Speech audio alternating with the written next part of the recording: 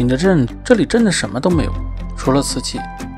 当然，这是我在这里花了3天的时间，努力寻找瓷器以外的任何有趣的东西之后的感觉。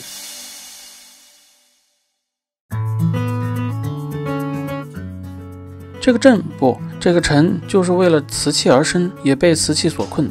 中国有很多的小城市一直在非常辛苦地寻找自己的位置，不是从祖上8代挖掘出让人闻所未闻的历史，就是从某个虚构的小说里找到一个完全不存在的场景当做卖点，他们极力地把自己给销售出去。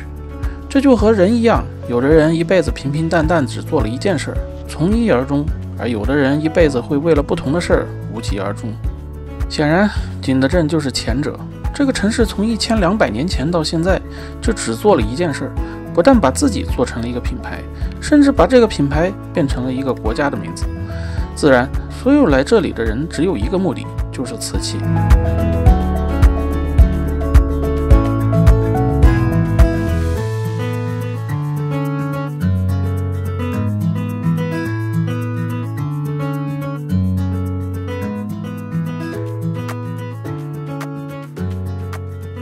我发现景德镇这个跟苏州有点像，就是你看这高楼特别少。我昨天晚上过来的时候就没有看到特别多的高楼。当然这是比较而言啊，你要从九江过来，注意200米后向右前方行驶。九江全部是高楼，全部这城区里即将进入右转专用道，密密麻麻盖的。如果你仔细的在景德镇行走了一次，你就会发现，这个城市完全没有中国其他城市的焦虑。这里没有盖成成排的高楼小区，甚至连一个4线小城都比不上。就像某个南方的小县城，马路上乱停的车和毫无章法的电动车，也和一些小县城别无二致。景德镇这个地方，貌似对别人怎么看待它毫不介意。这绝不只是因为由皇帝赐给名字而得来的勇气，而是1000年来对自己的为生之道的一种自信，对那种浮于表面的东西的一种完全无所谓的状态。显然没有九江好，这乱七八糟的。而且电动车你才隔了100多公里，这个景德镇的这些骑电动车的人基本上是不看灯的。我是500米后再刚来就发现，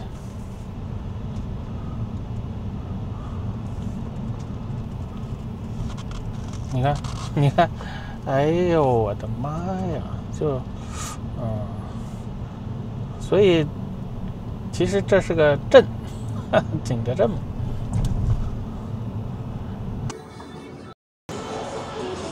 就走的这条主街好像也不太行，就关门。各种关门，而且你们会发现，走在这里最核心的商业街上，看起来非常萧条，大部分店铺已经关门，更谈不上有人流了。但是这绝不能说景德镇没有人气，就是这个城市吧，你看这个中心城区萧条什么，先不说，就你看。这些建筑吧，老也不是，就是不好看，哪儿都旧旧的感觉。这还是商业区吧，楼旧也没关系，就是让你觉得特别的一言难尽。真是卖瓷器啊！刚到景德镇啊，到处都是卖瓷的。和这种萧条有着强烈对比的是，我到了景德镇的第1个晚上，就在这里一个最普通的集市——九级夜市，感受到了瓷器带来的热闹氛围。蜡台、花瓶儿，这是自己手工做的。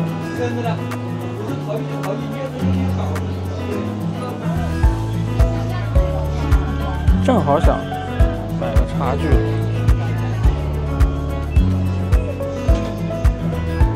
这个不太适合我。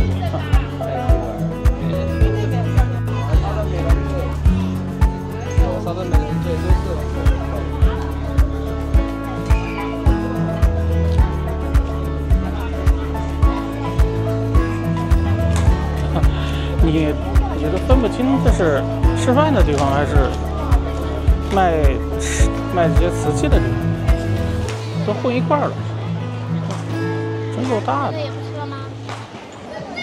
不过它这个市场啊，比别的地方的干净的太多了。即使是有卖吃的，对嘛，就是应该搞成这样的。这每个城市有自己的特色，不然你来这干什么呢？你去商业化，你也得有自己的特色，不能全是义乌，对吧？不能全到义乌去购物。大姐，金子也有卖的。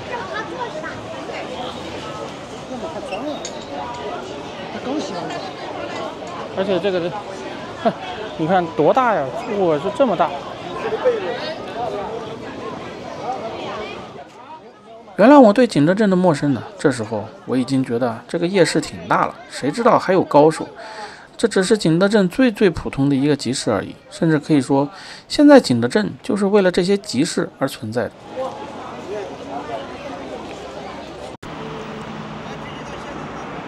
昨天晚上就住在这儿，昨天就住到这儿的，价格非常便宜。一个夜宵，一个早餐，其实啊，就是一顿饭，然后他弄成了2顿，才80多块钱，住了一晚上，没什么人，也不知道为什么这周五晚上没有人来这边。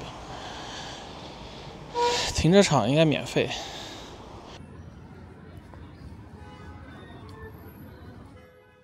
景德镇的行程的第一站就是这个御窑博物馆。我来的时候还真以为这是一个博物馆，但越逛越不对劲。除了一些窑址遗迹，转了半天也没有看到什么展品，全是来这里拍照的妹子和给妹子拍照的摄影师。即使到了这个最网红的博物馆本体的建筑，我想博物馆的作用可能也是最少的。这个博物馆的本体可能才是这里最大的看点，主要就是看他们拍照了。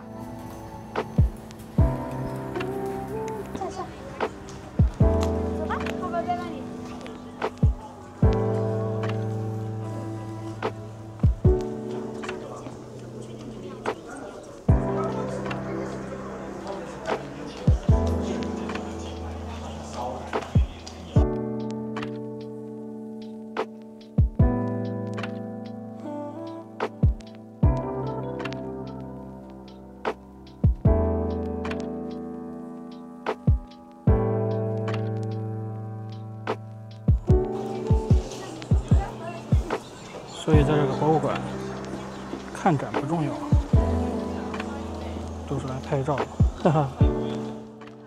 然后你走到了博物馆的里面，他们可能也对这些展品不感兴趣，而是忙着出片。我又想起了我在敦煌看到的那一幕，他们对那些在洞窟里珍藏了1000年的艺术品毫无兴趣，而是专注在洞窟外面对着镜头展示自己所谓的美貌。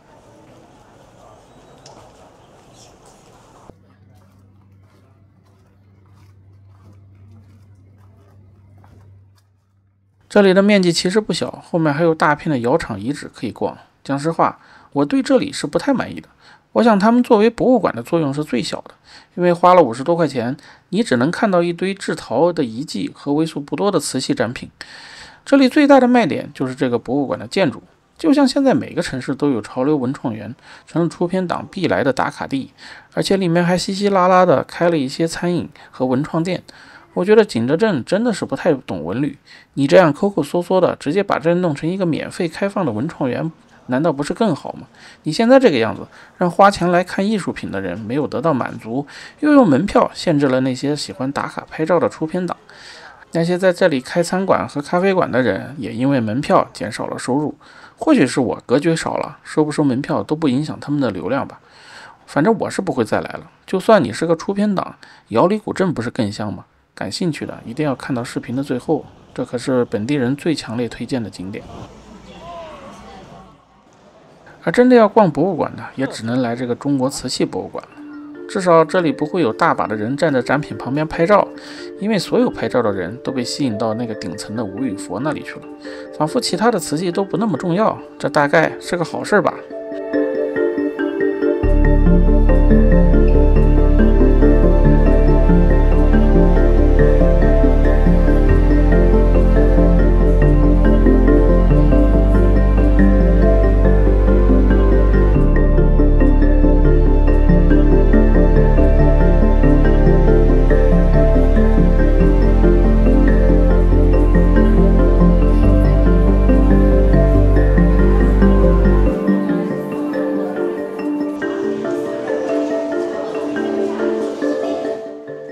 我想我可能老了，我来景德镇之前完全没有听说过这个吴语佛，更不知道为什么这么多年轻人要排队看这个吴语佛。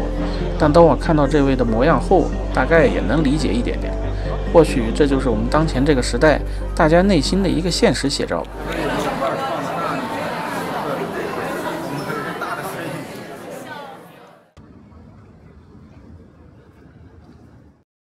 那接下来呢，我们就到了景德镇最重要的一个文创市场——陶溪川文创园。这个文创园可是货真价实的文创园，是所有来景德镇的人都会来的一个地方。我觉得我应该说的没有错吧？这里不但是景德镇人气最旺的地方，而且也是景德镇生命力延续的根本。我为什么这么说呢？因为这里有年轻人，有年轻人才有希望。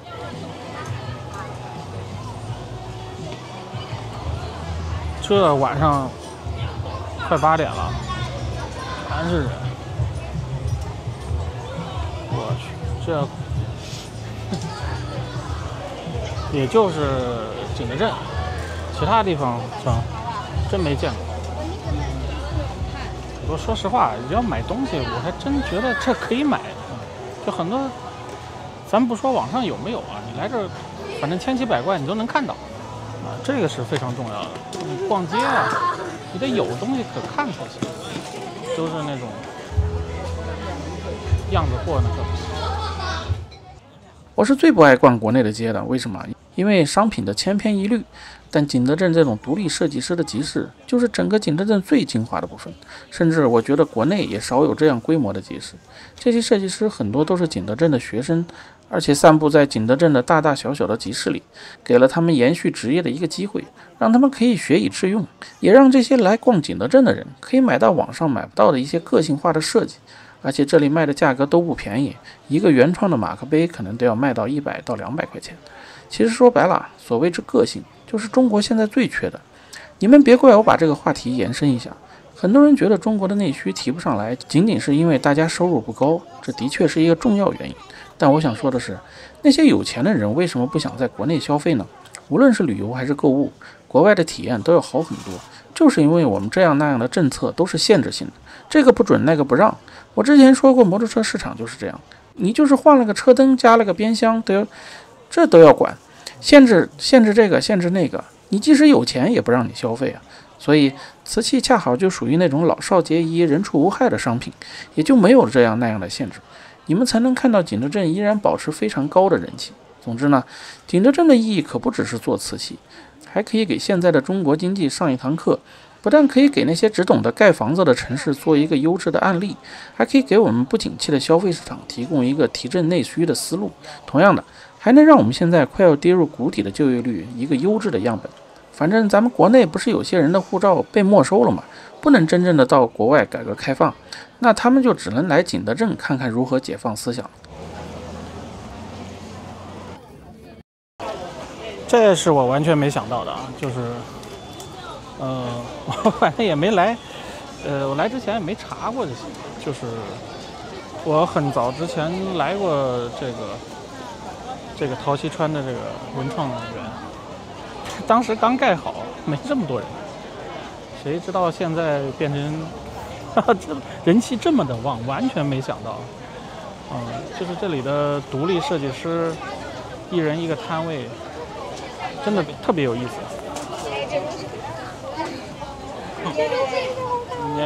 这比我逛什么798感觉好太多了。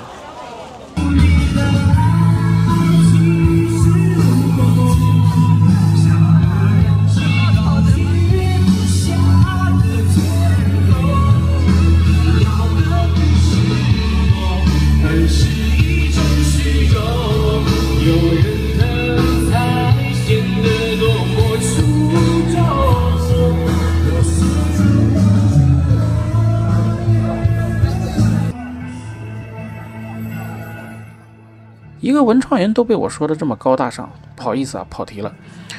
好了，我们继续回到景德镇上来。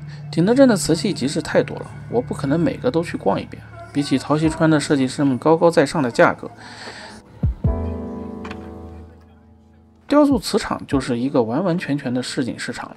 一套4个铜板的吃饭的瓷盘子，可能只要20-30块钱。总之呢，你是不可能空着手走出景德镇的。来都来了，有没有用真的不知道，反正怎么也带个小装饰品回去吧。可以说几百年来，瓷器养活了整个景德镇的和这里的人。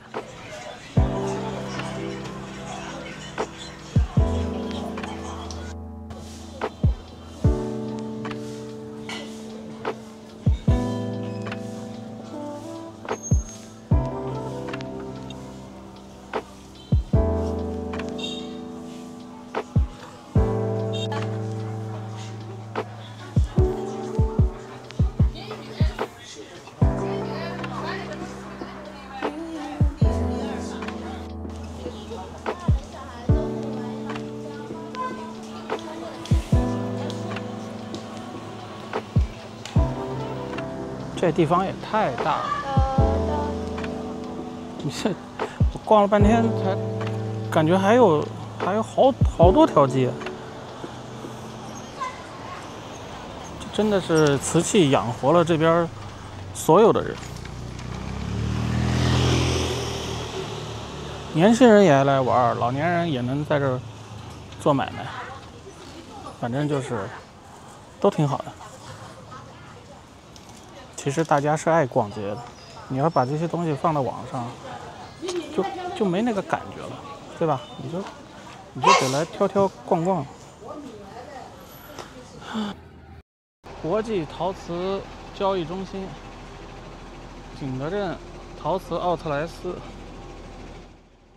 我还跑到在景德镇高速边上的一个陶博城逛了一圈，这里面其实没有什么特别的，就是一个巨大的瓷器批发市场，主打的就是一个价格便宜，放在高速入口附近，方便各地的人可以开车过来大批的运货，不用费精力跑到集市闲逛。先去看展了呀。蓝我喜，这种蓝我就喜欢，就是看起来还挺雅的，价格也不贵。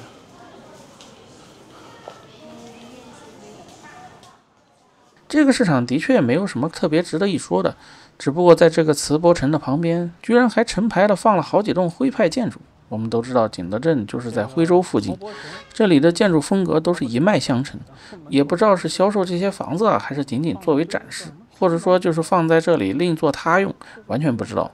我也是活久见了。这是搬过来的还是在这深造的？就看着还不错，非常的有那个味道。浮梁、硕彩堂、王，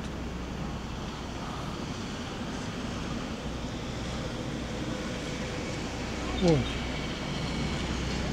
这就是这还要有项目合作，空间租赁、内容共创、业态入驻。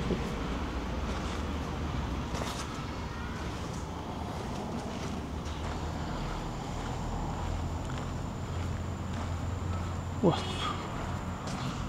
非常夸张啊！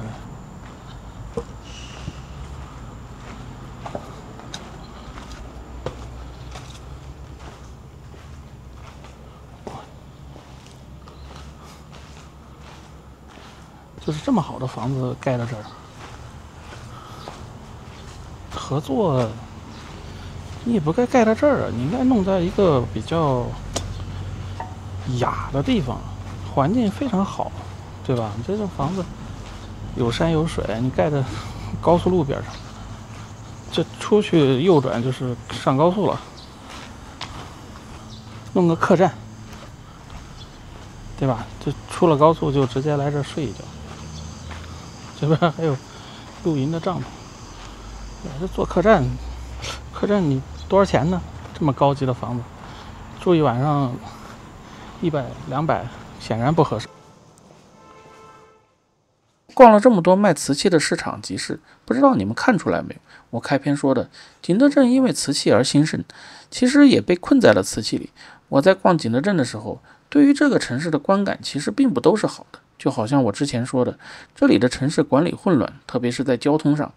你别看景德镇的人不多，我在这里感受到了我逛这么多城市以来最混乱的交通秩序。你看，乱的我去，我觉得在这开车绝对是我去过的最牛逼的几个城市。经过第2出口。我还有逆行，天！看到没？出环岛，随后向右前方行驶。高兴怎么样都可以。向右前方行驶。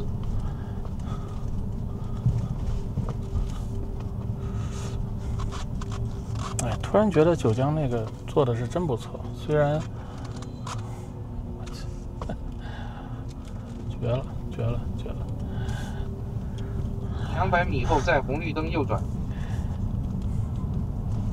有到广东的感觉了，哎，有到广东的感觉了。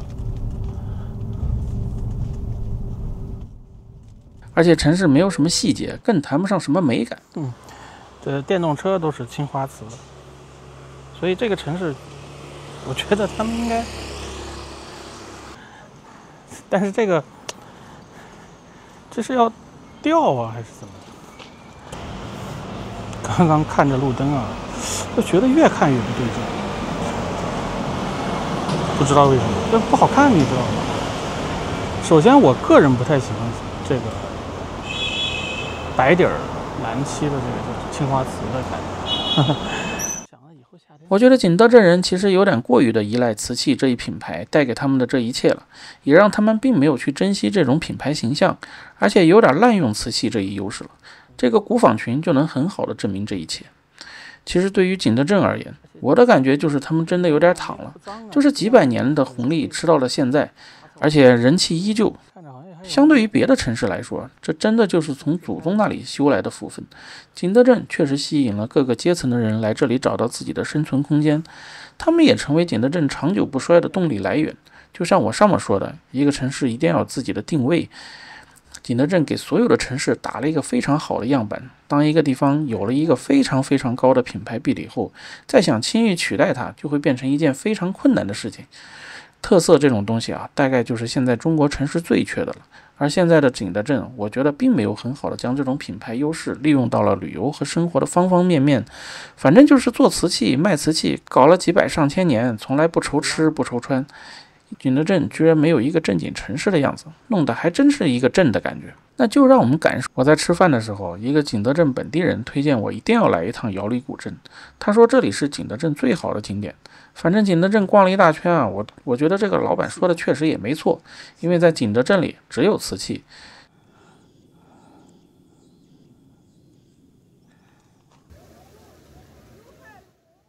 这个瑶里古镇是景德镇瓷器的发源地之一，但是来这里的重点肯定就不是看瓷器了，那就让我们感受一下这个古镇的风景，来结束景德镇的视频吧。